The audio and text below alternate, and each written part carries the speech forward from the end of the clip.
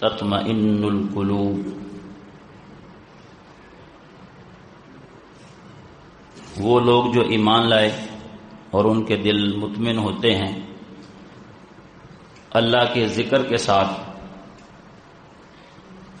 اس بات کو اچھے طریقے سے سمجھ لیجئے کہ اللہ کے ذکر کے ساتھ ہی دلوں کو اطمینان ملتا ہے.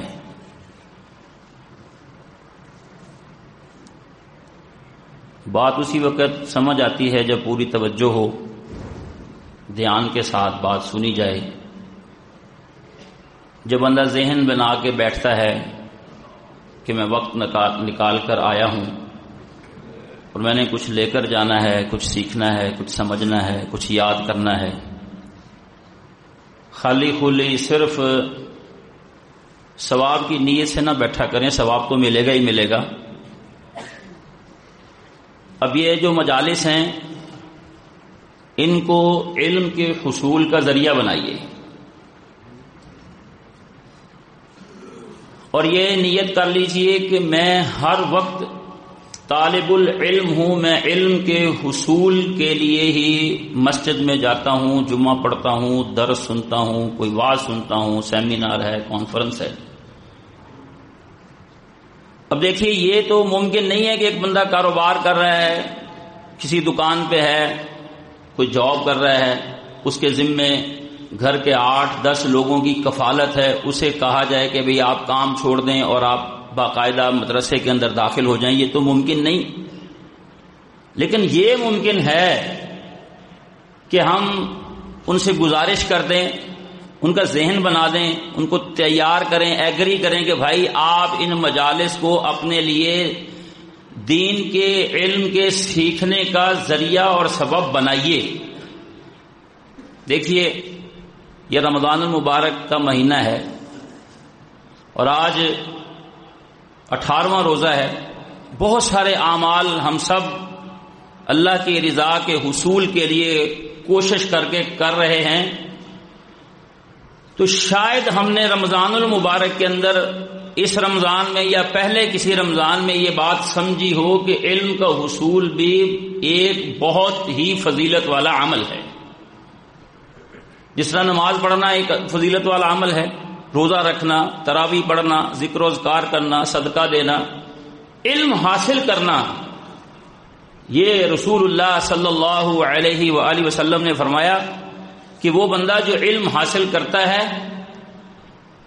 اس کے لیے زمین و آسمان کی ساری مخلوق لَيَسْتَغْفِرُ لَهُ مَنْ فِي السَّمَاوَاتِ وَمَنْ فِي الْأَرْضِ، جو آسمانوں میں ہیں اور جو زمین میں ہیں، حتیٰ کہ حتی النملۃ فی جحریہا، حتیٰ کہ چیونٹیاں اپنے سوراخ میں اور مچھلیاں سمندر میں، اس کے لیے اللہ تعالی سے استغفار کرتے ہیں. آپ کس کس کو پرچی دیں گے کہ بھائی میرے لیے دعا کرنا؟ لوگ کرتے نہیں، ان کو یاد نہیں رہتا، پھر ان کی دعائیں کیسی ہوں گی؟ لیکن یہ تو رسول اللہ صلی اللہ علیہ وسلم کا فرمان ہے کہ جو بندہ علم حاصل کر کے پھر اس کو آگے سکھاتا ہے. اب سکھائے گا کون؟ جو سیکھے گا، جو توجہ سے سنے گا. جیسے صحابہ کرام رضی اللہ عنہم نے اس دین کو توجہ سے سنا، غور سے سنا، اپنے لیے سنا، عمل کرنے کی نیت سے سنا. انہوں نے اپنی زبان سے لوگوں کو کم سکھایا، اپنے عمل سے لوگوں کو زیادہ سکھایا. آج یہی ہے نا ایک بڑا مسئلہ ہے، ہر کوئی زبان سے دوسرے کو سمجھانے کی کوشش کر رہا ہے، تقریر سے، تحریر سے، گفتگو سے، وعظ سے، لیکن کردار اور عمل اور اپنی زندگی سے وہ لوگوں کو نہیں قائل کر سکا الا ماشاء اللہ. میں تو یہ بات بسا اوقات اپنے ذہن میں لاتا ہوں، سمجھتا ہوں کہ جس طرح ہماری اس دین کے ساتھ ترتیب بنی ہوئی ہے، یعنی سنی انسنی کرنا، اتنی دیر سے ہم جمعے پڑھتے ہیں، اتنی دیر سے ہم واعظ سنتے ہیں، لیکن ہمیں کچھ یاد ہی نہیں، ہم داعی نہیں بن سکے. جتنی ضرورت تھی اسلام کو، دین کو، ہم نہیں بن سکے. اگر یہی رویہ رسول اللہ صلی اللہ علیہ وسلم کے ساتھیوں کا اس دین کے ساتھ ہوتا تو شاید یہ دین حجاز مقدس میں، مکہ اور مدینہ میں، انہی علاقوں میں رہ جاتا. انہوں نے سنا تو سننے سے عمل کی تڑپ پیدا ہوئی. جتنا انسان کے دل میں عمل مضبوط ہوتا ہے اتنی ہی اس کے دل کے اندر درد پیدا ہوتا ہے، تڑپ کہ یہ آگے بھی میں پہنچاؤں، آگے بھی کسی کو بتاؤں، آگے بھی سکھاؤں، یہ خیر صرف میرے تک محدود نہ رہے۔ تو اس لیے صرف یہ آج کے درس کی نہیں، ہمیشہ کے لیے اپنی نیتوں کو علم کے حصول کے لیے کر لیں کہ میں نے ان مجالس میں سیکھنا ہے، میرے لیے یہ بہت بڑا موقع ہے، میں انہی سے سیکھ کر عمل بھی کروں گا اور آگے بھی پہنچاؤں گا۔ جو آیت میں نے آپ کے سامنے پڑھی، اللہ رب العالمین نے اس کے اندر یہ بات بیان کی ہے کہ ایمان والوں کے دل اللہ کے ذکر کے ساتھ مطمئن ہوتے ہیں، اور خبردار یعنی مطلب اس بات کو سمجھ لو کہ مطمئن ہونے بھی چاہیے۔ ذکر تو یہ زبان سے بھی ذکر ہوتا ہے، سبحان اللہ، الحمدللہ، لا الہ الا اللہ، اللہ اکبر، صبح کی دعائیں، شام کی دعائیں، استغفار کھانے سے پہلے، بعد میں رات آخری دعا سونے کی پہلے، یہ سب ذکر کی اقسام ہیں۔ جو ہمارے ہاں ذکر کا زیادہ معنی مشہور ہے وہ یہی ہے۔ یہ نماز، اللہ رب العالمین نے یہ بھی فرمایا اقیم الصلاۃ لذکری، نماز کو قائم کرو میری یاد کے لیے، یعنی میری یاد کا ایک بہت بڑا ذریعہ نماز ہے۔ قرآن مجید کی تلاوت یہ بھی جو ہے وہ ذکر ہے، انا نحن نزلنا الذکر وانا لہ لحافظون، بے شک ہم نے ہی اس قرآن کو نازل کیا اور ہم ہی اس کی حفاظت کرنے والے ہیں۔ قرآن مجید بھی اللہ کا ذکر ہے۔ تو یہ ساری ذکر کی اقسام ہیں۔ سیدہ عائشہ رضی اللہ عنہا بیان فرماتی ہیں کہ رسول اللہ صلی اللہ علیہ وسلم ہر وقت اللہ کو یاد کرتے تھے، یعنی ہر وقت اللہ کا ذکر کرتے تھے۔ اس حدیث کے الفاظ پہ اگر آپ غور کریں، یہ صحیح بخاری کی روایت ہے، تو ہر وقت بندہ اللہ کو کیسے یاد رکھ سکتا ہے؟ یعنی ہر وقت وہ سبحان اللہ پڑھتا رہے، استغفر اللہ پڑھتا رہے، لا الہ الا اللہ پڑھتا رہے۔ اس کا مطلب یہ معلوم ہوتا ہے کہ ہر وقت اس کو اللہ یاد رہے، خوشی میں، غمی میں، فیصلے کرتے وقت، جھگڑوں میں، معاملات میں، گفتگو میں، کاروبار میں، اس کو ہر وقت اللہ یاد رہے کہ میں نے کسی کے ساتھ زیادتی نہیں کرنی، ظلم نہیں کرنا، کسی کا حق نہیں کھانا، کسی کا مال نہیں کھانا۔ پھر جو ہے وہ اللہ رب العالمین کے ذکر کی وہ مکمل صورت اور شکل حاصل کر پاتا ہے۔ اچھا، اگر وہ سبحان اللہ، الحمدللہ، لا الہ الا اللہ، اللہ اکبر پڑھتا ہے، لیکن دل اس کا غافل ہے، غفلت سے مراد یہ ہے کہ وہ اپنی زندگی میں اس چیز کو بالکل ملحوظ خاطر نہیں رکھتا کہ میں کسی کے ساتھ زیادتی کر رہا ہوں تو کیا مجھے اللہ یاد ہے؟ اگر فیصلے کی کرسی پہ بیٹھ کے جج ظلم اور زیادتی کا فیصلہ کرتا ہے اور وہ 5 وقت کا نمازی بھی ہے اور اس نے تہجد اور اشراق کا اہتمام بھی کر رکھا ہے، سمجھ لیجیے اس کو اللہ یاد نہیں۔ جس نے اپنے والد کا ترکہ تقسیم نہیں کیا، چاہے وہ مسجد کا متولی ہے، چاہے وہ سحری افطاری ہی کروا رہا ہے، چاہے مسجد میں پنکھے اور ٹوٹیاں ہی لگوا رہا ہے، سمجھ لیجیے اس کو اللہ یاد نہیں ہے۔ جو اپنے بھائی کا پلات دبا کر بیٹھا ہوا ہے، وہ مکے جا کے اعتکاف بیٹھے یا مدینے کے اندر جا کے روئے، سمجھ لیجئے کہ اس کو اللہ یاد نہیں ہے۔ اللہ کی یاد کا مطلب یہ ہے کہ بندے کو فیصلے کرتے وقت اپنی عام زندگی کے اندر اس کو اللہ یاد رہے۔ یہ ذکر کی پھر مکمل شکل بنتی ہے کہ ادھر بھی ذکر کر رہا ہے اور جب اس کی عملی شکل آتی ہے ادھر بھی کرتا ہے۔ ایک بات اپنے ذہن کے اندر رکھ لیجئے کہ میری نمازیں، میری عبادات، میری زندگی کے جو اپنے معاملات ہیں ان کے ساتھ آپ کا کوئی تعلق نہیں ہے، آپ کو کوئی فائدہ نہیں ہے، آپ کبھی بھی ان کی چیزوں کے ساتھ خوش نہیں ہوں گے جب تک آپ کے ساتھ میرے معاملات درست اور ٹھیک نہیں ہوں گے۔ تو قرآن مجید کی آیات سے، رسول اللہ صلی اللہ علیہ وسلم کی احادیث سے اور سلف صالحین کے واقعات سے اور بہت ساری جو نصوص ہیں ان سے یہ بات معلوم ہوتی ہے کہ اگر کوئی بندہ نماز خشوع و خضوع، تدبر، غور و فکر اور دھیان کے ساتھ پڑھتا ہے تو اس کو حقیقی قلبی سکون ملتا ہے، جو کہ اس کے لیے دنیا میں بھی راحت کا باعث ہے اور آخرت میں بھی کامیابی کا باعث ہے۔ صرف وہ نماز کو اپنے لیے بوجھ نہیں سمجھتا کہ میں نے اس کو اپنے سے اتار دیا، بلکہ وہ نماز کو اپنے لیے راحت، سکون اور اپنے مشکلات کے حل کا ذریعہ سمجھتا ہے۔ سمپل نماز نہیں. دیکھنا سب نے نماز پڑھی ہے, سب نے روزہ رکھا ہے, سب لوگ حج کرتے ہیں, سب لوگ صدقہ دیتے ہیں, کیا سب کا ثواب برابر ہے؟ سب کے دل کی کیفیت ایک ہے؟ نہیں, اس طرح نہیں ہے, بالکل نہیں ہے. ہر کسی کی اپنی اپنی کیفیت ہے. جو جس کی کیفیت ہے اس کا اتنا ہی اس کے حصے کا ثواب ہے, اتنا ہی اجر ہے, اتنا ہی اللہ رب العالمین کے ہاں اس کا مقام اور درجہ ہے. خزاع قبیلے کا ایک بندہ تھا, ابو داؤد کی حدیث ہے. خزاع جتنا ساڈے ہاں لوگ برادریاں نے, عرب دے وچ قبائل سی کہندے جاٹے جی باٹے موچی ہے کمارے, لیکن یہ عزت اور ذلت کا سبب نہیں ہے. ہماری بہت بڑی بے انصافی اور بے وقوفی ہے, اور میں نے دیندار سے دیندار لوگوں کے اندر یہ پلیدگی دیکھی ہے. یہ پلیدگی میں نے دیکھی ہے دیندار سے دیندار لوگوں کے اندر. وہ بھی اسی بنیاد کے اوپر لوگوں کو عزت دیتے, کوئی اخلاق نہیں, کوئی دین نہیں, کوئی توحید نہیں, کچھ نہیں. اگر آپ کے پاس پیسہ نہیں, اگر آپ کے پاس پیسہ ہے تو آپ سب کچھ ہی آپ کا صحیح ہے.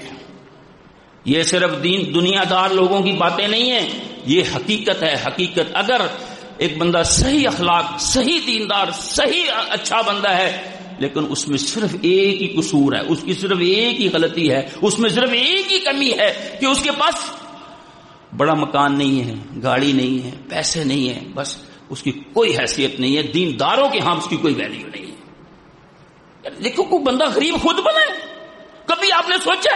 اپنی مسجدوں میں دیکھیے, اپنے آس پاس دیکھیے, اپنے دل کی کیفیت, اپنے دماغ کے فیصلوں کو دیکھیے, آپ کو بے چینی ہوگی کہ یار میں کیا کر رہا ہوں. کوئی غریب خود بنتا ہے؟ کوئی بٹ جٹ ارائی کمار موچی جلایا انصاری فلاں یہ وہ خود بنتے ہیں. اسی چیز نے ہمیں برباد کیا ہے, اسی چیز نے ہمیں پیچھے کیا ہے.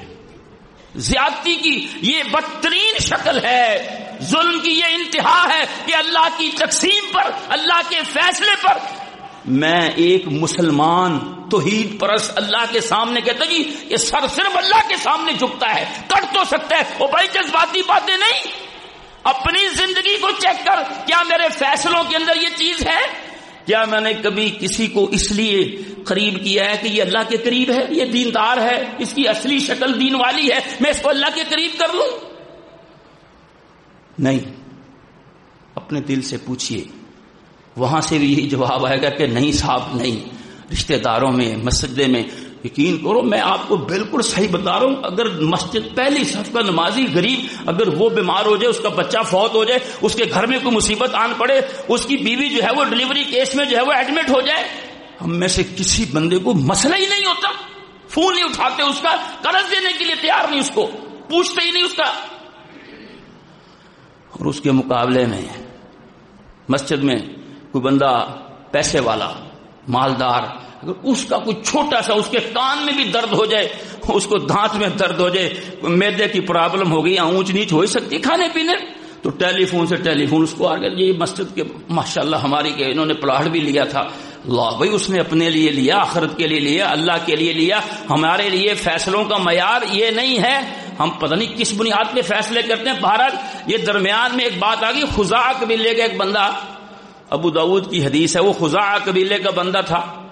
تو ایسے بیٹھے بیٹھے اس نے کہا لیتنی صلیت فاسترحت, کاش کہ میں نماز پڑھوں 2 رکعتیں. سلف صالحین سے مشکل کے وقت, مصیبت کے وقت, پریشانی کے وقت ملتی ہیں کہ 2 رکعتیں. وضو کیا, کچھ سمجھ نہیں آ رہی, 2 رکعتیں. آپ بالکل بیٹھے ہیں, کچھ سمجھ نہیں آ رہا, کوئی رشتہ ہے, کوئی بچے بچی کا مسئلہ ہے, کوئی کاروبار کا مسئلہ ہے, کوئی قرض غربت کے مسائل ہیں, فوراً اٹھیے, وضو کیجئے, 2 رکعتیں. نہیں سمجھ آئی, پھر 2 رکعتیں, پھر 2 رکعتیں. 2 رکعات کو اپنی زندگی کا شعار بنا لیجئے. اس نے کہا کاش میں نماز پڑھوں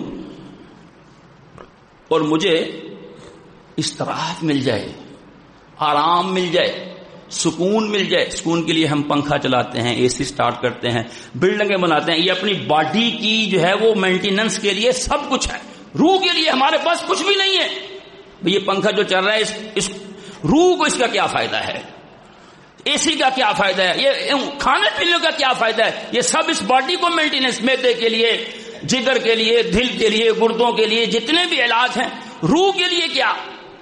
یہ خزاع قبیلے کا بندہ اپنی روح کی استراحت کے لیے کہتا ہے کہ کاش میں نماز پڑھوں، مجھے استراحت مل جائے، سکون مل جائے. تو فَكَأَنَّهُمْ آبُوا عَلَيْهِ ذَلِكَ، لوگوں نے اب یہ بات سنی نا. یہ ہر دور کے اندر کچھ لوگ تو ہوتے ہیں جمع کے اندر ٹکیا رہا بہتا تو بنتا ہے سن تیرا پتہ ہے. دیکھو ہم کسی بندے کو نیک بننے بھی نہیں دیتے، اتنے بدگمان ہیں. انہوں نے بھی یہ کہا. لیکن آج تو یہ بہت ہی زیادہ ہے کہ اگر کوئی بندہ ایسی بات کر دے لوگ کہتے سانو تیرا پتہ ہے. بسا اوقات اس میں ریا نہیں ہوتی، اس میں دکھاوا نہیں ہوتا، وہ انسان کے دل کا درد ہوتا ہے. قبول کر لیجئے. اچھا اگر وہ ریا بھی کر رہا ہے تو آپ کو کیا نقصان ہے؟ اگر میں ریا کاری کر رہا ہوں آپ کو اس کا کیا نقصان ہوگا؟ کچھ بھی نہیں ہونا. لیکن اگر میں صحیح کہہ رہا ہوں اور آپ بدگمانی کر کے بڑے گناہگار بن جائیں گے. بدگمانیاں بندوں کے گناہوں کو بڑھاتی ہیں اور نیکیوں کو برباد کر دیتی ہیں. تو اس نے کہا نہیں ایسی بات نہیں ہے، آپ اس طرح نہ کہیں. میں نے رسول اللہ صلی اللہ علیہ وسلم سے سنا تھا کہ آپ بلال رضی اللہ تعالی عنہ کو یہ کہا کرتے تھے، یا بلال اقم بالصلاۃ فارحنا بها، اے بلال نماز قائم کیجئے، اذان پڑھیے، اقامت پڑھیے، نماز کا اہتمام ماحول بنائیے. ہم نماز پڑھیں گے، اس نماز کے ساتھ آپ ہمیں راحت دیجئے، سکون دیجئے. نماز کے ساتھ ہمیں سکون ملتا ہے. رسول اللہ صلی اللہ علیہ وسلم کو جب بھی کوئی مشکل آتی، ابو داؤد کی حدیث ہے، تو آپ نماز کی طرف فوراً توجہ کرتے تھے. قرآن مجید کی آیات ہے وَاسْتَعِينُوا بِالصَّبْرِ وَالصَّلَاةِ وَإِنَّهَا لَكَبِيرَةٌ إِلَّا عَلَى الْخَاشِعِينَ يَا أَيُّهَا الَّذِينَ آمَنُوا اسْتَعِينُوا بِالصَّبْرِ وَالصَّلَاةِ. صبر اور صلاۃ کے ساتھ مدد مانگیے، نماز اور صبر کے ساتھ مدد مانگیے. لیکن بہت بڑی بات ہے یہ، یعنی بندہ پریشان ہو، وہ رونے کی بجائے، وہ ادھر ادھر کی بجائے وہ اللہ کے حضور کھڑا ہو جائے. ابراہیم علیہ الصلوۃ والسلام، صحیح بخاری کی روایت ہے، ارض فلسطین میں گئے، بی ان کے ساتھ ہے، اولاد کوئی نہیں، باپ نے بھی نکال دیا، قوم نے بھی نکال دیا، سب نے ہی نکال دیا. اللہ کی زمین کے اوپر نیلے آسمان کی چھت کے نیچے صرف یہ 2 ہی مسلمان ہیں. جب لوگوں نے دیکھا کہ یہ بہت خوبصورت عورت کے ساتھ ایک بندہ ہمارے علاقے میں داخل ہوا ہے، انہوں نے وہاں کے دستور کے مطابق بادشاہ کو کہا کہ یہاں پہ ایک بندہ آیا ہے اور اس کے پاس ایک اتنی خوبصورت عورت ہے جو تمام لوگوں میں سب سے زیادہ خوبصورت ہے. پوچھا کون ہے؟ انہوں نے پوچھا بھی کون ہے؟ تحقیق شروع کی نا، یہ کون ہے؟ انہوں نے کہا میری بہن ہے. کہا میری بہن ہے، اور ساتھ اپنی بیوی کو کہتے دیکھو اس وقت اللہ کی زمین پر تیرے اور میرے سوا کوئی بھی مومن نہیں ہے، اس لحاظ سے میں نے ان کو یہ کہہ دیا ہے کہ تو میری بہن ہے. اگر وہ پوچھیں تو آپ نے یہی کہنا ہے، خیال کرنا کہیں مجھے ان کے سامنے جھوٹا نہ کر دینا. تدبیر اختیار کی. انبیاء کو اللہ تدبیریں سکھاتا ہے. اور بسا اوقات اگر کوئی بندہ ایسی کوئی تدبیر کرتا ہے اور اس کے ذہن میں ہو سکتا ہے کوئی تدبیر ہو، تو فی الفور نہیں بتاؤ تم یہ کیوں کر رہے ہو، ایسے کیوں کر رہے ہو، غلط. کبھی خاموش بھی ہوتے ہیں اور اس خاموشی سے جب حالات واقعتاً کھلتے ہیں کہتا نہیں اس وقت بات ٹھیک تھی. کہا مجھے جھوٹا نہ بنا دینا وہاں پہ، یہ نہ کہنا وہاں پہ جا کے جھوٹا کیسے ہوں گے کہ میں نے تو بتایا کہ میری بہن ہے، جب وہ پوچھے تو کہا دے نہیں میں تو بیوی ہوں، تو جھوٹے ہو جائیں گے. فوج لے گئی، گناہ کے ارادے سے وہ بادشاہ، وہ ظالم آگے بڑھتا ہے. یہ اللہ کی بندی جو ہے وہ اپنے اللہ سے دعائیں کر رہی ہے، اس کے ہاتھ پاؤں شل ہو گئے. پھر دعا کرتی ہے، وہ بھی کہتا ہے، یعنی وہ آگے نہیں بڑھ سکا. کہتا ہے آپ دعا کرو میں ٹھیک ہو جاؤں.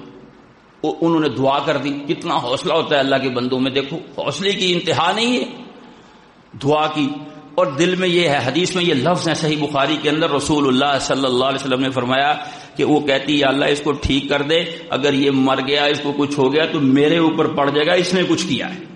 ٹھیک ہو گیا، پھر آگے بڑھتا ہے، ٹھیک ہو گیا. تیسری دفعہ کے بعد کہتا اچھا وہ نماز شروع کر دیتی ہے. ابراہیم علیہ الصلوۃ والسلام ان کو بھیج کے اللہ تعالیٰ کے سامنے نماز میں کھڑے ہو جاتے ہیں. یہ سارا واقعہ ہو رہا ہے، صحیح بخاری کی روایت ہے. اس نے فوراً اپنے پہرے داروں کو بلایا، اس نے کہا یہ تم میرے پاس کیا لے کے آئے ہو، یہ تو کوئی انسان نہیں لگ رہا ہے مجھے، یہ کیا ہو رہا ہے میرے ساتھ. بار بار میں آگے بڑھتا ہوں، ہاتھ پاؤں شل ہو جاتے ہیں، آگے بڑھتا ہوں طاقت ختم ہو جاتی، کچھ کر نہیں پاتا. یہ کیا لے آئے ہو میرے پاس، کوئی جن تو نہیں؟ پہرے داروں کو کہا وہ وہاں پہ جو میری خادمائیں ہیں ان میں سے ایک خادمہ آپ ان کو دے دیں. خادمہ ایک دے دی، ان کا نام تھا آجر. پھر وہ ہماری عام پنجابی اردو میں حاجرہ جیسے بچیوں کا نام رکھتے ہیں نا، حاجرہ، آجر نام تھا. انہوں نے ان کو وہ دے دی. سارا ان کا نام تھا جو آئی تھی ابراہیم علیہ السلام کی زوجہ، اور آجر کو ساتھ لے گئی. ابراہیم علیہ السلام بھی اس وقت نماز ہی پڑھ رہے ہیں. یعنی کتنا لمبا یہ ٹائم ہوا. دیکھو جب بندہ کھڑا ہوتا ہے مدد مانگتا ہے تو اللہ کی مدد آ گئی. انہوں نے آگے بات کرنی شروع کرنے لگی تو اشارہ کیا رکو. تو ان کے سے خوشی، کامیابی، اللہ کی نصرت اور مدد اتنی ان کو جو ہے وہ دل میں بھری ہوئی تھی کہ رکا نہیں جا رہا تھا. انہوں نے فوراً پھر بھی بات اتنی تو کر ہی دی کہ اللہ تعالیٰ نے اس کافر کی چال کو اس کے سینے کے اندر ہی دفن کر دیا ہے، اور اللہ تعالیٰ نے اس نے یہ خادمہ جو ہے وہ خدمت کے لیے دی ہے. بعد میں جب نماز سے فارغ ہوئے انہوں نے ان کے ساتھ نکاح کیا. ان کے بطن سے ہی جناب اسماعیل علیہ السلام پیدا ہوئے. رسول اللہ صلی اللہ علیہ وسلم نے صحابہ کرام رضی اللہ عنہم کو کہا کہ یہ ہے اے پانی کے بیٹو. عربوں کو پانی کے بیٹے کہتے تھے. تل کا امکم یا بنی سما، اے پانی کے بیٹو یہ ہے تمہاری اماں، کیونکہ ہمارے نبی محمد الرسول اللہ صلی اللہ علیہ وآلہ وسلم جناب اسماعیل علیہ السلام کی نسل اور ان کے خاندان سے ہیں. باقی سارے پیغمبر اسحاق علیہ السلام کی لڑی سے ہیں. فرمایا تل کا امکم یا بنی سما، اے پانی کے، اے آسمان کے پانی کے بیٹو یہ ہے تمہاری ماں کہاں سے آئی. ابراہیم علیہ السلام بھی نماز میں اور ان کی زوجہ بھی مشکل میں نماز میں. نماز سے مدد مانگنا، نماز میں کھڑے ہونا، دھیان کرنا، یہ سلف صالحین کا، صحابہ کا طریقہ ہے. کوئی مشکل پریشانی ہو تو نماز میں کھڑے ہوتے تھے. رسول اللہ صلی اللہ علیہ وسلم خود اس کا اہتمام فرمایا کرتے تھے. ہمارے ہاں عام طور پہ جب نماز کی سکون کی بات ہوتی ہے تو ہمیں وہ صحیح بخاری کی ایک حدیث سناتے ہیں، لوگوں کو پڑھتے پڑھاتے آ رہے ہیں آج تک، کہ رسول اللہ صلی اللہ علیہ وسلم مسجد میں تھے. ابو ہریرہ رضی اللہ تعالیٰ عنہ بیان فرماتے ہیں داخل ہوئے مسجد میں، ایک بندہ آیا، اس نے نماز پڑھی. نماز پڑھ کے اس نے کہا جی السلام علیکم. آپ نے اس کو جواب دیا اور ساتھ ہی یہ فرمایا کہ جاؤ جاؤ نماز پڑھو جا کے، تم نے نماز نہیں پڑھی. رسول اللہ صلی اللہ علیہ وسلم نہ تو مذاق کر رہے تھے، نہ کوئی جھوٹ بول رہے تھے، نعوذ باللہ، نہ کوئی ایسی جو ہے وہ چلتی پھرتی بات تھی. وہ بندہ اس نے بھی یہ نہیں کچھ نہیں کہا، واپس گیا، اس نے پھر نماز پڑھ لی جا کے. پھر اس نے آگے سلام کہا اور آپ صلی اللہ علیہ وسلم نے پھر سلام کا جواب دیا اور کہا جاؤ جا کے نماز پڑھو، تم نے نماز نہیں پڑھی. ارجع فصلی فإنک لم تصلی. پھر گیا نماز پڑھی، واپس آیا. پھر ایسے تیسری یا چوتھی دفعہ کے بعد کہتا ہے کہ لا احسن غیر ھذا، اس سے اچھی نہیں پڑھ سکتا، اس سے بہتر نہیں کر سکتا، یہی مجھے آتی ہے، یہی پڑھ رہا ہوں، ابھی آپ مجھے سکھا دیجئے. رسول اللہ صلی اللہ علیہ وآلہ وسلم نے ان کو نماز سکھائی. ان کی نماز میں جو ایک بنیادی سی غلطی تھی کہ اس میں اطمینان نہیں تھا، جلدی جلدی تھی. آپ صلی اللہ علیہ وسلم نے فرمایا جب تم نماز کا ارادہ کرو تو اچھے طریقے کے ساتھ وضو کرو. وضو اچھے طریقے سے کرنا یہ نماز میں آنے والے وسوسوں کو کم کرتا ہے. نماز کا ترجمہ یاد کرنا یہ نماز میں دھیان لگاتا ہے. نماز کے الفاظ کو پڑھنا یہ انسان کی فکر کو ادھر ادھر جانے نہیں دیتا. کئی دفعہ ہم کھڑے ہوتے ہیں لیکن پڑھ نہیں ہوتے، چپ چاپ ہی ہوتے ہیں. تو رسول اللہ صلی اللہ علیہ وسلم نے فرمایا اچھے طریقے سے وضو کرو، پھر قبلے کی طرف منہ کر کے کھڑے ہو جاؤ، پھر جتنا تمہیں قرآن سے میسر ہے اس کو پڑھ لو، پھر رکوع کرو، اتنی دیر رکوع کرو کہ تم مطمئن ہو جاؤ کہ میں نے رکوع کیا ہے، پھر کھڑے ہو جاؤ، اتنی دیر جو ہے وہ کھڑے ہو جاؤ کہ تم مطمئن ہو جاؤ کہ میں کھڑا ہو گیا ہوں، برابر ہو جاؤ. پھر سجدے میں اس طرح اطمینان، پھر دو سجدوں کے درمیان اطمینان، پھر سجدے میں اطمینان. پھر فرمایا کہ دو سجدے کرنے کے بعد بھی ثم مجلس حتی تطمئن جالسا، پھر بیٹھ جاؤ، جس کو ہم دو سجدوں کے بعد، یہ پہلی رکعت کے بعد بھی بیٹھتے ہیں اور تیسری رکعت کے بعد جب چوتھی کے لیے کھڑے ہونا ہوتا ہے پھر بھی بیٹھتے ہیں. دوسری کے بعد تو بیٹھنا ہی بیٹھنا ہے، تشہد جو بیٹھنا ہے. تو جلسہ استراحت کرو. پھر فرمایا اپنی ساری نماز میں اسی طرح ہی کرو. اس ایک حدیث کو سامنے رکھتے ہوئے ہم نے کئی مساجد میں نماز نہیں پڑھی. ہم اپنے راستے میں کئی مسجدوں کو چھوڑ کے آتے، کہتے یار یہ نماز تیز پڑھاتے ہیں، نماز صحیح نہیں ہوتی، میں نے فلاں جگہ پہ جانا ہے، وہاں رکوع سجدہ ٹھیک ہوتا ہے. اچھا ایک تو سکون کا یہ مطلب ہے نا کہ ہم نماز اطمینان کے ساتھ پڑھیں، خشوع کے ساتھ پڑھیں. خشوع یہ تھوڑا توجہ کریں. اب میں بات کو اپنے موضوع کی طرف سمیٹتا جا رہا ہوں. خشوع کے ساتھ پڑھیں اور خضوع کے ساتھ پڑھیں، تدبر اور غور و فکر کے ساتھ پڑھیں. یہ سب الفاظ کا میں نے تھوڑا تھوڑا مطلب بیان کرنا ہے. خیر، ایک تو مطلب یہ ہے کہ رکوع، سجدہ، قیام، 2 سجدوں کے بعد بیٹھنا، ان کے اندر انسان اطمینان کر لے. اچھا، ایک سکون کا مطلب یہ ہے کہ نماز میں داڑھی نہ چھیڑتا جائے، کان نہ صاف کرے، چیک کرے یہ کی نکلے، ناک صاف کرنا. بھی ناک صاف کرنے کا، کان صاف کرنے کا، بالوں کو سنوارنے کا وضو کے اندر آپ کو مکمل موقع دیا گیا تھا. اب جو ہے وہ کوئی ادھر خارش کو بھی ادھر، اگر کئی دفعہ بعض اوقات ہوتا ہے کہ کسی بندے کو کھانسی آ گئی، باقی بھی سارے نال ہی شروع ہو جاتے ہیں بھی سارے کھانسی. یعنی نماز کے اندر بے جا حرکت یا نماز میں دیکھنا. کئی دفعہ بندہ ایسا بھی شرمندہ ہوتا ہے، دیکھ رہا ہے نظر سے نظر پہ جاتی ہے، بندہ ایسا دیکھ رہا ہے نا تو نظر پہ آ گئی. تو ساڈا ایک دوست وہ کہندا جی میں نا اتنا نماز پڑھ رہا سی، بندہ مینوں ویکھ رہا تے میں انہیں ویکھیا تے میں کہتا ہے اکھاں میں بھی آ کیتیاں تو ڈر شرم جی آ گئی، یار یہ کی ہویا. کئی لوگ نماز چ ٹائم دیکھتے رہتے ہیں.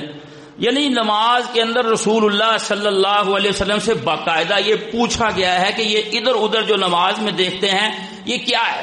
تو آپ صلی اللہ علیہ وسلم نے فرمایا یہ شیطان اپنا حصہ بندے کی نماز سے لے رہا ہوتا ہے. یہ بھی فرمایا کئی بندے نماز پڑھنے بڑا ہی دین چاہتا ہوا ہے، اوپر ہی دیکھیں. اس سے بھی رسول اللہ صلی اللہ علیہ وسلم نے منع فرمایا کہ کوئی بندہ نماز کے اندر آسمان کی طرف نگاہیں اٹھا کے نہ دیکھے. ایسا نہ ہو کہیں اللہ تعالیٰ اس کی نگاہوں کو واپس ہی نہ کرے. اور کچھ لوگ جو ہے وہ ایسے بھی ہوتے ہیں کہ وہ نماز پڑھتے پڑھتے اکھاں بند کر لیندے نا کہ پتہ نہیں یہ زیادہ ہی کوئی تصور سے بندہ چلا جاتا ہے، بڑا ان کو یہ سکون مل رہا ہوتا اکھاں بند کر کے. اور کئی جگہ پہ رمضان میں یہ مطلب میں تو سمجھتا ہوں کہ یہ ایک عجیب سی حرکت شروع ہو گئی ہے، کہنے بند کرو بتیاں، ان قنوت شروع ہونے لگی ہے.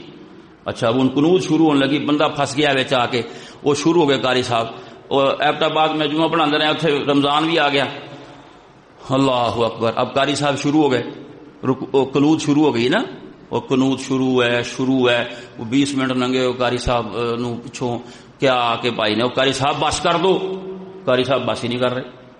20 منٹ ہو گئی یار، 20 منٹ دی قنوت. خیر وہ شروع ہے، پھر بھی شروع ہے. خیر اگوں دی نا جدھر اتنے محراب ہے نا تو اگوں دی رستہ ہے سی، اگوں جا کے نا انہیں وہ سپیکر بند کیا تو پھر بھی قاری صاحب بڑی مسائی جڑا نا وہ بند ہوئی. لائٹیں بند کرنا اور آنکھیں بند. اللہ کے رسول اللہ صلی اللہ علیہ وسلم نے فرمایا وانظر حیث تسجد، جہاں پہ سجدہ کرتے ہو وہاں دیکھا کرو پوری نماز کے اندر. اور تشہد کی حالت میں آپ صلی اللہ علیہ وسلم کی نماز کا طریقہ بیان ہوا ہے لا یجاوز بصرہ اشارتہ. آپ صلی اللہ علیہ وسلم کی نگاہ آپ کے جو ہے وہ اشارے سے نہیں بڑھتی تھی. نظریں پھیلتی ہیں، میں صرف سامنے اگر دیکھ رہا ہوں تو مجھے سائڈیں بھی نظر آ رہی. نظر کا پھیلنا اور بات ہے لیکن نظر کو مرکوز کرنا اور بات ہے. رسول اللہ صلی اللہ علیہ وسلم نے سجدے کی حالت میں ساری نماز میں دیکھنے کا حکم دیا ہے، یعنی سجدے کی جگہ پر.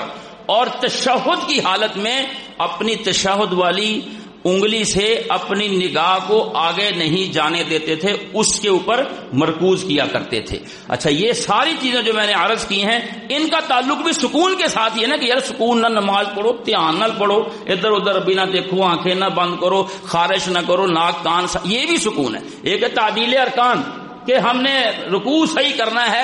رسول اللہ صلی اللہ علیہ وسلم اتنا اچھا رکوع کرتے تھے کہ آپ کے سر اور کمر کی حالت ایسی برابر ہوتی تھی لو صب علیہ الماء لاستقر، اگر اس کے اوپر پانی بھی گرایا جاتا تو وہ بھی ٹھہر جاتا تھا.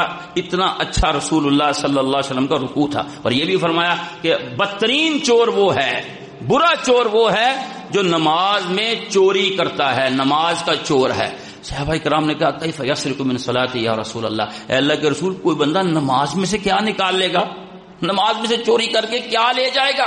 تو آپ صلی اللہ علیہ وسلم نے فرمایا الذی لا یتم رکوعها ولا سجودها، نماز کا چور وہ ہے جو رکوع اور سجدہ پورا نہیں کرتا، تسبیحات یا تو تیز تیز پڑھتا ہے یا بہت ہی اس کی سپیڈ ہوتی ہے، تو وہ نماز کا چور ہے. حذیفہ بن یمان رضی اللہ تعالیٰ عنہ نے ایک بندے کو دیکھا جو رکوع سجدہ صحیح نہیں کر رہا تھا، تو پوچھا کتنی دیر سے یہ نماز پڑھ رہے ہو؟ کہا 40 سال سے پڑھ رہا ہوں، کافی عرصہ ہی ہو گیا یہی پڑھ رہا ہوں. تو کہنے لگے تم رکوع سجدہ ٹھیک نہیں کر رہے، اگر تم اس نماز پر فوت ہو جاتے تو یہ رسول اللہ صلی اللہ علیہ وسلم نے جو نماز سکھائی ہے نا، آپ کی ملت کی جو نماز ہے یہ وہ نماز نہیں تھی، تم اس ملت پر فوت نہ ہوتے. تو یہ دو چیزیں ہو گئیں سکون کے لیے. ایک یہ ہے کہ رکوع سجدہ قیام اہتمام کے ساتھ، سکون کے ساتھ، اور دوسرا یہ ہے کہ اس کے اندر کوئی ایسی بے جا حرکتیں نہ کی جائیں۔ اب خشوع کے ساتھ نماز کا کیا مطلب ہے؟ خشوع جو ہے وہ اندرونی کیفیت کا نام ہے کہ انسان کی پوری توجہ دھیان نماز میں ہی ہو کہ میں نماز میں ہی کھڑا ہوں۔ یہ اس وقت ممکن ہے کہ جب بندہ پوری توجہ کے ساتھ اللہ کے حضور کھڑا ہو جاتا ہے، تب ترجمے پہ غور کرتا ہے، وہ پڑھتا ہے، وضو صحیح کر کے آتا ہے، وضو کے اعضاء مل مل کے دھوئے اور پوری توجہ اور دھیان سے وضو کرے، کہیں کوئی عضو خشک نہ رہ جائے، تو یہ خشوع ہے۔ لیکن اس کے بعد پھر کیا ہے؟ خضوع ہے، خضوع۔ اب خشوع سیف اللہ بھائی نے موضوع بتایا ہے کہ سکون چاہیے تو نماز سکون سے۔ یہ میں دوسری بات عرض کرنے لگا ہوں اور اپنے موضوع کو ختم کرنے کی طرف جا رہا ہوں۔ خشوع سمجھ لیجئے کہ نماز کے اندر جب ہم اللہ اکبر کہتے ہیں اور السلام علیکم ورحمۃ اللہ، السلام علیکم ورحمۃ اللہ تک، یہ جو اندر کی کیفیات ہے نا، اس کو خشوع کہتے ہیں کہ دل حاضر ہے، دماغ حاضر ہے۔ اگر بندے کا بہت حاضر ہو جائے تو اس کی آنکھوں سے آنسو آ جاتے ہیں، اگر اس کو کوئی مقام سمجھ آ جائے تو زیادہ آنسو آ جاتے ہیں، مکے میں جا کے پڑھے تو اور اس کے اوپر للہیت اور خشیت طاری ہو جاتی ہے۔ یہ خشوع جو ہے اس کی جو ہے وہ حد کیا ہے کہ نماز بندے نے پڑھ لی۔ اب خضوع کیا ہے؟ خضوع یہ ہے ان الصلاۃ تنہی عن الفحشاء والمنکر، کہ اس نماز کے اثرات اس بندے کی زندگی پر ہوں۔ سکون اگر چاہیے تو ہم نمازیوں کو بھی سکون سے رہنے دیں۔ یہ میں پہلے عرض کر چکا ہوں کہ میری نماز، میری عبادت، میرے تمام اعمال کا آپ کو کوئی فائدہ نہیں ہے۔ آپ نے مجھے جج کرنا ہے۔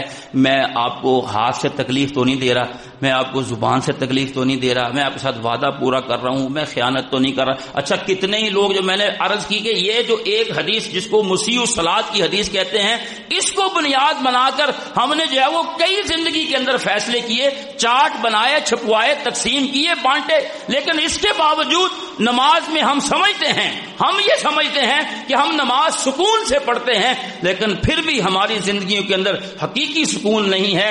اس کی ایک بڑی وجہ یہ بھی ہے کہ ہماری نمازوں میں خضوع نہیں ہے۔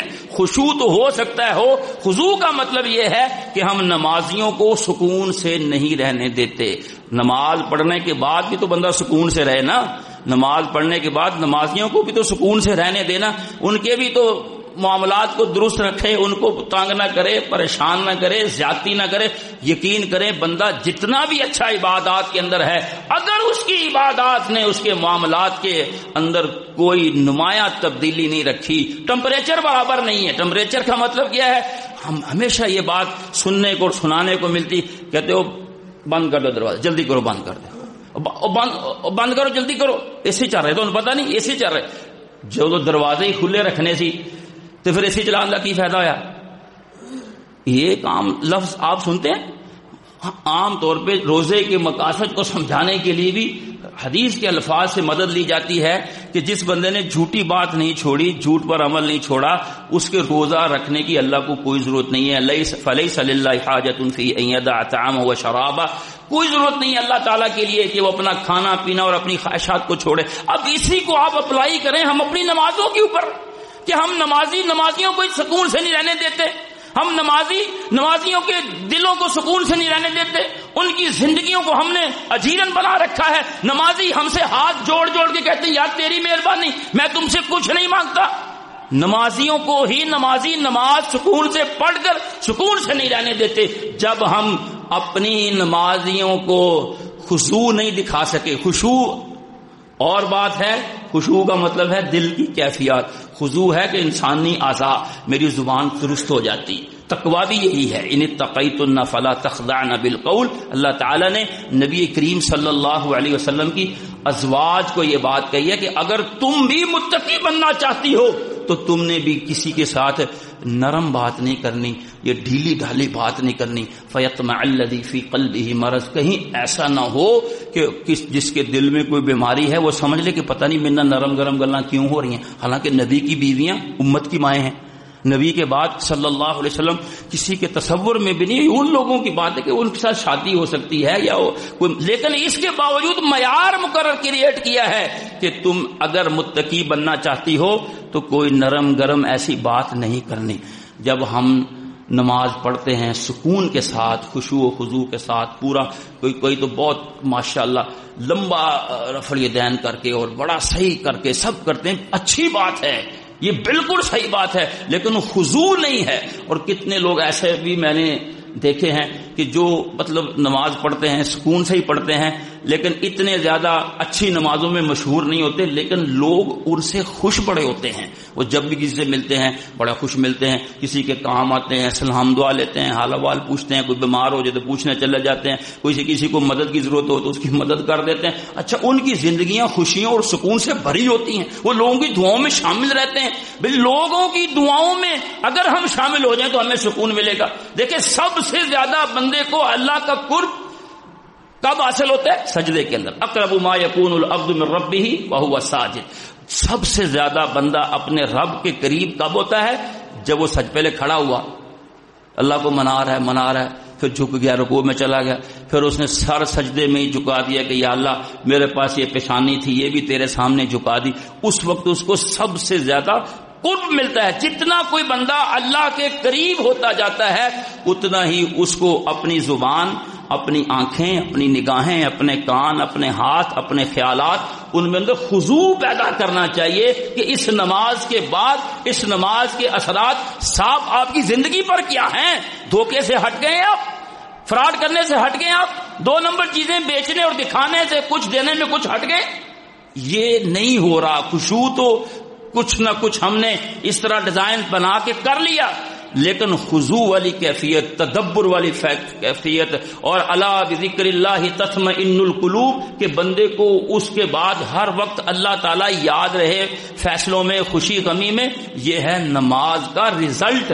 یا یوں سمجھ لیجئے کہ انسان کی عبادات روزہ ہے یا نماز ہے، اس کے اثرات اگر اس کے معاملات پر ابھر رہے ہیں تو اس کے معاملات ٹھیک ہو رہے ہیں، درست ہو رہے ہیں، بد نگاہی ختم ہو رہی ہے، چاہے وہ موبائل میں ہو چاہے وہ آمنے سامنے ہو، بد کلامی ختم ہو رہی ہے، والدین کے ساتھ گفتگو کا طریقہ اس کو آ گیا، چھوٹے بڑے کے ساتھ گفتگو کا۔ اچھا، ایک بندہ بہت اچھی نماز پڑھتا ہے لیکن اس کو اپنے ماں باپ کے ساتھ گفتگو کرنے کا پتہ ہی نہیں۔ اچھا تسی میں دسو کہ کوئی بندہ انہوں معاشرتی طور تے اخلاقی طور تے کو اچھا سمجھے گا، بلکہ انہوں دی نماز ہی پنن گے لوگ، کہنے یار تو نماز نہ پڑھنا، تینوں تیری نمازیں نے یہی سکھایا ہے۔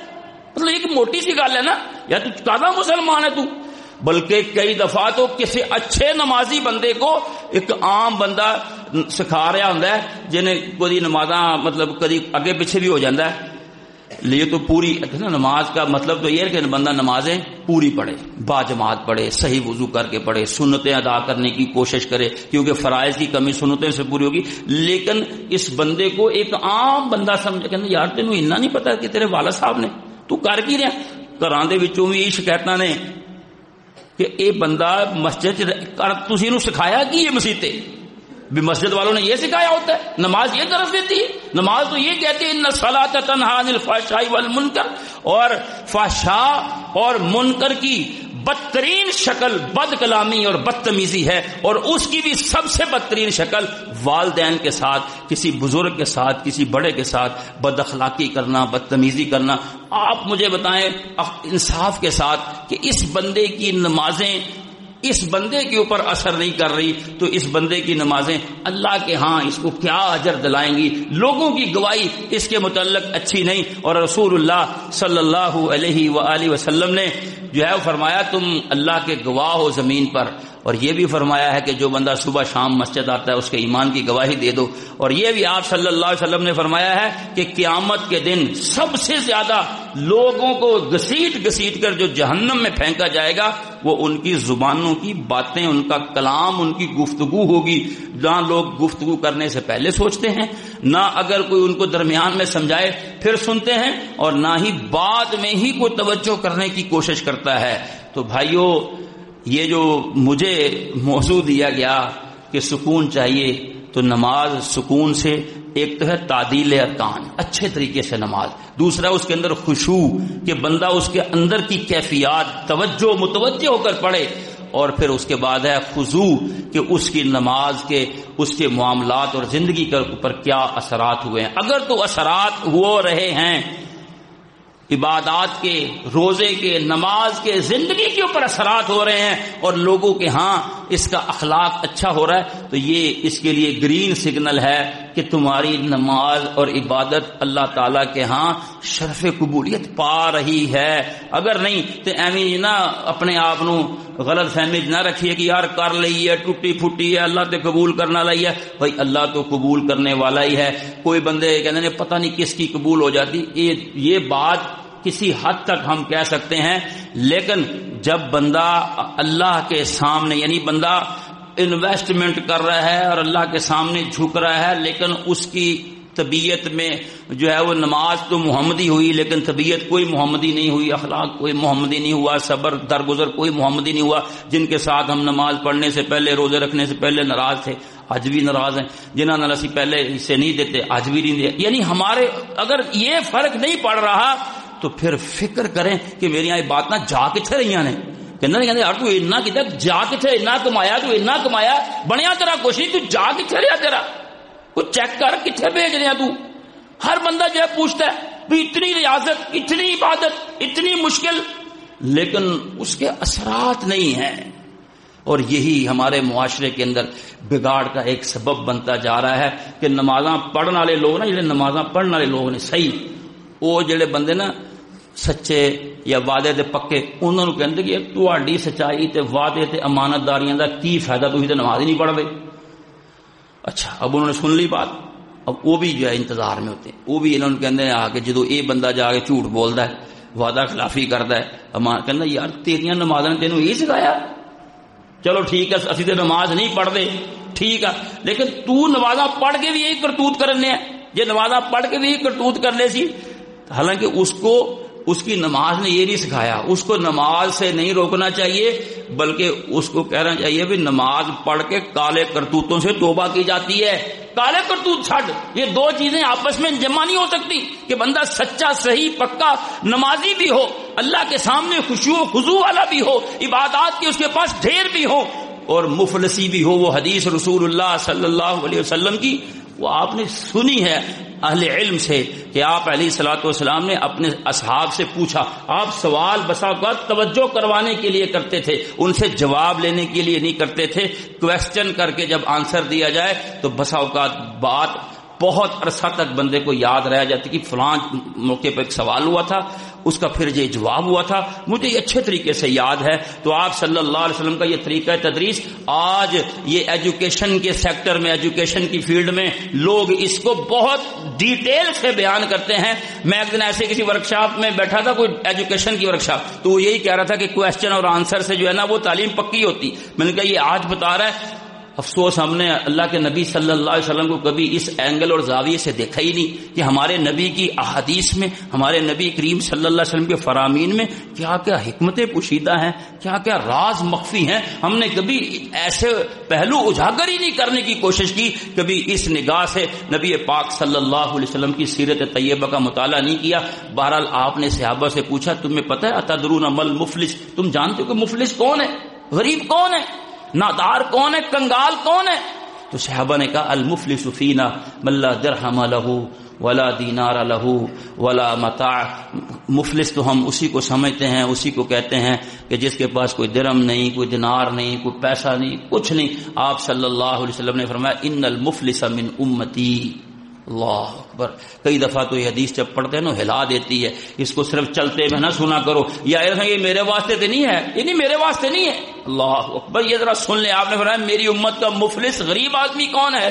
یأتی بالحسنات وبصیام وصلاۃ وصدقہ۔ یہ تین الفاظ باقاعدہ حدیث کے اندر مینشن کیے گئے ہیں، قیامت کے دن نیکیاں لے کے آئے گا، پھر آگے فرمایا نماز، روزہ اور صدقہ، اس کے صدقات بھی ہوں گے۔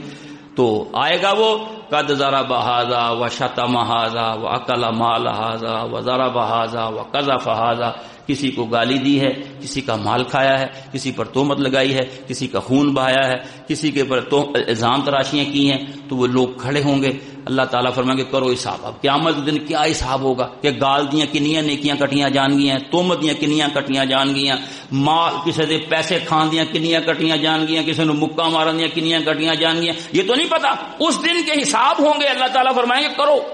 نیکیاں اس کی دی جائیں گی. پھر حدیث میں لفظ یہ ہیں بندہ کانپ جاتا ہے، یار اس نے اتنی نیکیاں کی، ہم بھی نیکیاں کر رہے ہیں لیکن پروٹیکشن کوئی نہیں. کہتے یار تو اتنا کچھ کر رہے ہیں لیکن سارا تیرا تایا ہو جا رہا ہے. اللہ اللہ سنبھال بھی تو صحیح. کمانا ہی صرف مقصد نہیں ہے، سنبھالنا بھی تو کام ہے. نیکی کرنی تو صرف کام نہیں، اس کو سنبھالنا بھی تو کام ہے.